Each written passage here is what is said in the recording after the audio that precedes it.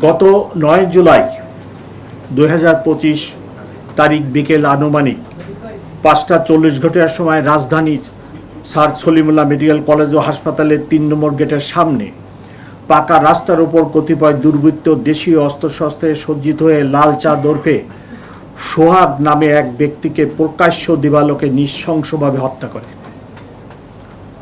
আমরা এই ঘটনায় মর্মাহত ও নিহতের পরিবারের প্রতি গভীর সমবেদনা জ্ঞাপন করছি। ঘটনা চলাকালীন সময়ে 999-এর মাধ্যমে চকবাজার থানার ভারপ্রাপ্ত কর্মকর্তা ঘটনার সংবাদ পাওয়ার সাথে সাথে বিষয়টি চকবাজার পুলিশ ফাঁড়িকে অবহিত করলে চকবাজার পুলিশ ফাঁড়ির ইনচার্জ সাব ইন্সপেক্টর সরোয়ার কয়েক মিনিটের মধ্যে ঘটনাস্থলে পৌঁছে। সেখানে গিয়ে পুলিশ দেখতে পায় অভিযুক্তরা একটা মবের পরিবেশ তৈরির চেষ্টা করছে। চাঁদাবাজদের জায়গা নাই, ব্যবসায়ীদের ভয় নাই, এরকম স্লোগান দিচ্ছে। এই অবস্থায় চকবাজার থানা পুলিশ ফাঁড়ি ইনচার্জ সাব ইন্সপেক্টর সরোয়ার ঘটনাস্থল থেকে সন্দিগ্ধ মাহমুদুল হাসান মহিন এবং ঘটনাস্থলের পার্শ্ববর্তী এলাকা থেকে রবিন নামে অপর একজনকে গ্রেপ্তার করে। পরবর্তীতে প্রত্যক্ষদর্শীদের বর্ণনা ও ঘটনাস্থলের সিসিটিভি ফুটেজ বিশ্লেষণ করে আরও 7 জনকে গ্রেপ্তার করা হয়। মোট গ্রেপ্তারের সংখ্যা 9। উল্লেখ্য যে ভিকটিম সোহাগকে উপর্যুপরি পাথর নিক্ষেপ করা ব্যক্তিকে চিহ্নিত করা গেলেও সেই সময় তার পরিচয় শনাক্ত করা যায়নি। পরবর্তীতে পুলিশের বিশেষ টিমের সহায়তায় তার পরিচয় নিশ্চিত হয়ে তার অবস্থান চিহ্নিত করে 15 জুলাই তাকে পটুয়াখালী জেলা হতে গ্রেপ্তার করা হয়। প্রাথমিক জিজ্ঞাসাবাদে জানা যায় তার নাম মোহাম্মদ রেজওয়ান উদ্দিন অভি, বাবার নাম মনোরঞ্জন বসু, মাতার নাম বিউটি দেব মিলা এবং সে একজন ধর্মান্তরিত মুসলিম। এই ঘটনায় পাথর নিক্ষেপকারী 2 জন সহ মোট 9 জন আসামিকে গ্রেপ্তার করা হয়েছে। অন্যান্য আসামিদের গ্রেপ্তারের চেষ্টা অব্যাহত আছে। এই হত্যাকাণ্ডের প্রকৃত রহস্য উদ্ঘাটনের জন্য ধৃত আসামিদের রিমান্ডে এনে জিজ্ঞাসাবাদ চলছে। ইতিমধ্যে এই ঘটনার এজাহার নিয়ে বিভিন্ন সামাজিক যোগাযোগ মাধ্যম ও গণমাধ্যমে বিভ্রান্তিমূলক তথ্য ছড়ানো হয়েছে। কিন্তু প্রকৃত ঘটনা হলো মামলার এজাহার দায়েরের জন্য প্রথমে তার সাবেক স্ত্রী লাকি আক্তার থানায় আসে। কিছুক্ষণের মধ্যে ভিকটিমের সৎ ভাই রনিউ থানায় আসে। তারা নিজেদের মধ্যে সলা পরামর্শ করে 23 জনকে আসামি করে একটি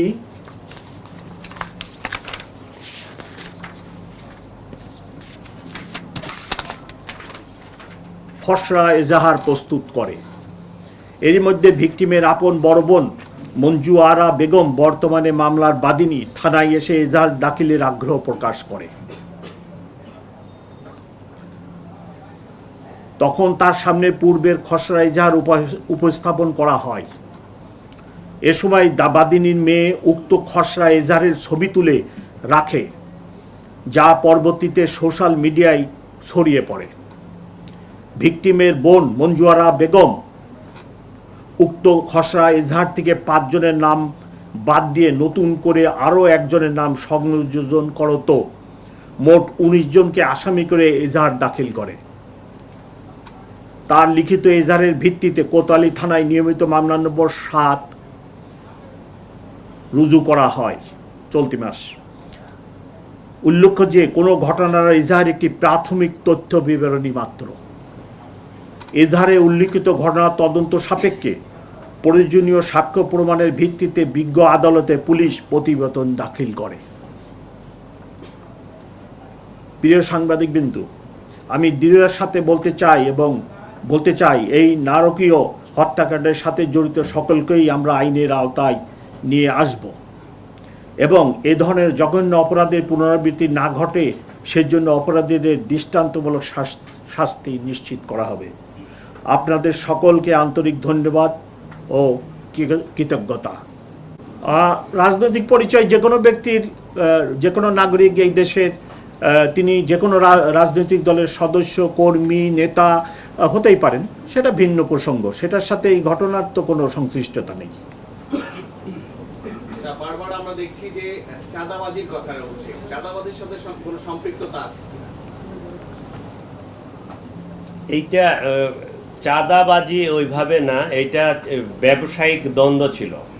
এই যে সোহাগ যে মারা গেছে, আগের রিজিমে ওখানে হাজি সেলিমের সম্ভবত ভাতিজা পিল্লু কমিশনার, আপনারা নাম জানেন, পিল্লু কমিশনারের ছত্রছায়ায় তারা অ্যালুমিনিয়ামের পল্লী বিদ্যুতের তারের ব্যবসা করে। পল্লী বিদ্যুতের তারের ব্যবসাটা কি, পল্লী বিদ্যুতের তার যে চুরি হইতো, এই চোরাই তারটা এরা কিনে আবার বিভিন্ন ধরনের ওই যে ফ্যাক্টরি আছে যারা অ্যালুমিনিয়ামের ডেকচি পাতি কড়াই বিক্রি করে, তাদের কাছে এরা বিক্রি করত।